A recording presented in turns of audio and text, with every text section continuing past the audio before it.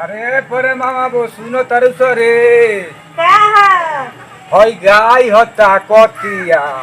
तोहनी के घरवे में मोहे गोड़ी घुसर रह तारू हम तो अपने बीमार पड़ल बानी।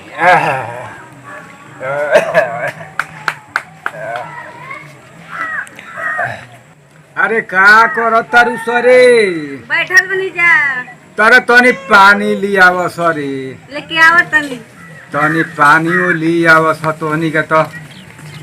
देखा ना गर्मी होता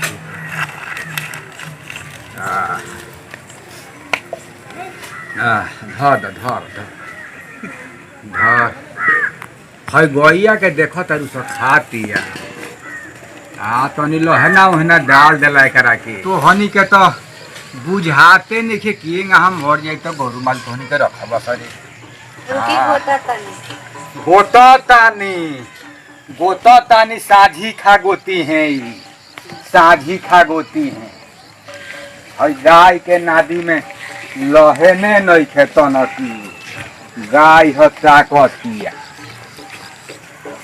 अरे ये कनी के तो कुछ समझ में नहीं खे आवत री।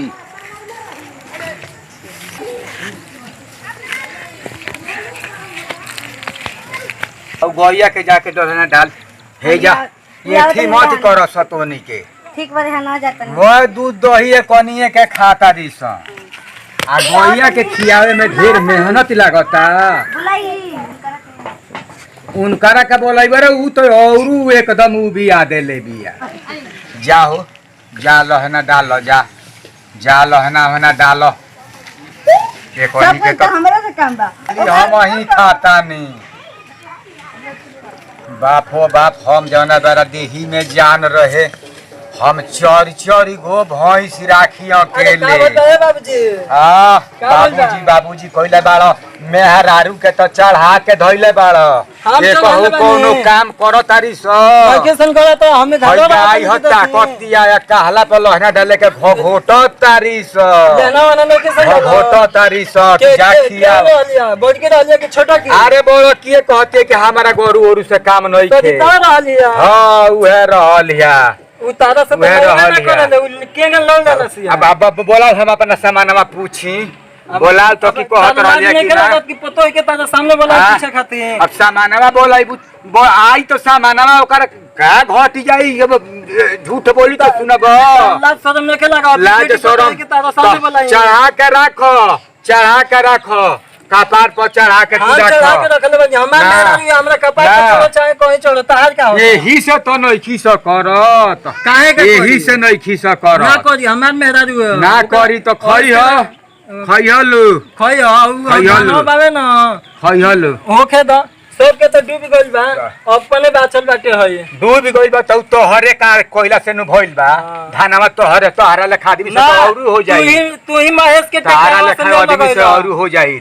लेव लगा देहले तो हो गइल बड़का काम क दिहले बड़का काम क दिहले हम उखड़वनी बिया हम लगवनी महेश के बना के ले हम लगवनी आ तू बड़का धानवाला हो गइल धानवाला हो गइल धान भइल चाहे ना भइल धानवाला हो गइल ओकरा के बोलाओ तने ना कहि ना तब तू देखियो। अच्छा बोलाओ करे के पहले का कहत है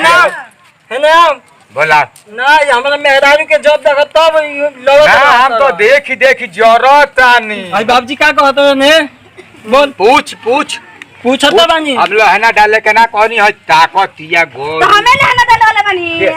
तो कहतिया अभियो के लहना डाले ई लहना डाली कितना सुंदर मेहरारू जल बनी लहना डालवा खाती के डाली है केन बनी हम ही दूध दही खाता हम के निया उतार के देखो ये बड़ा सुंदर मेहरारू हमारा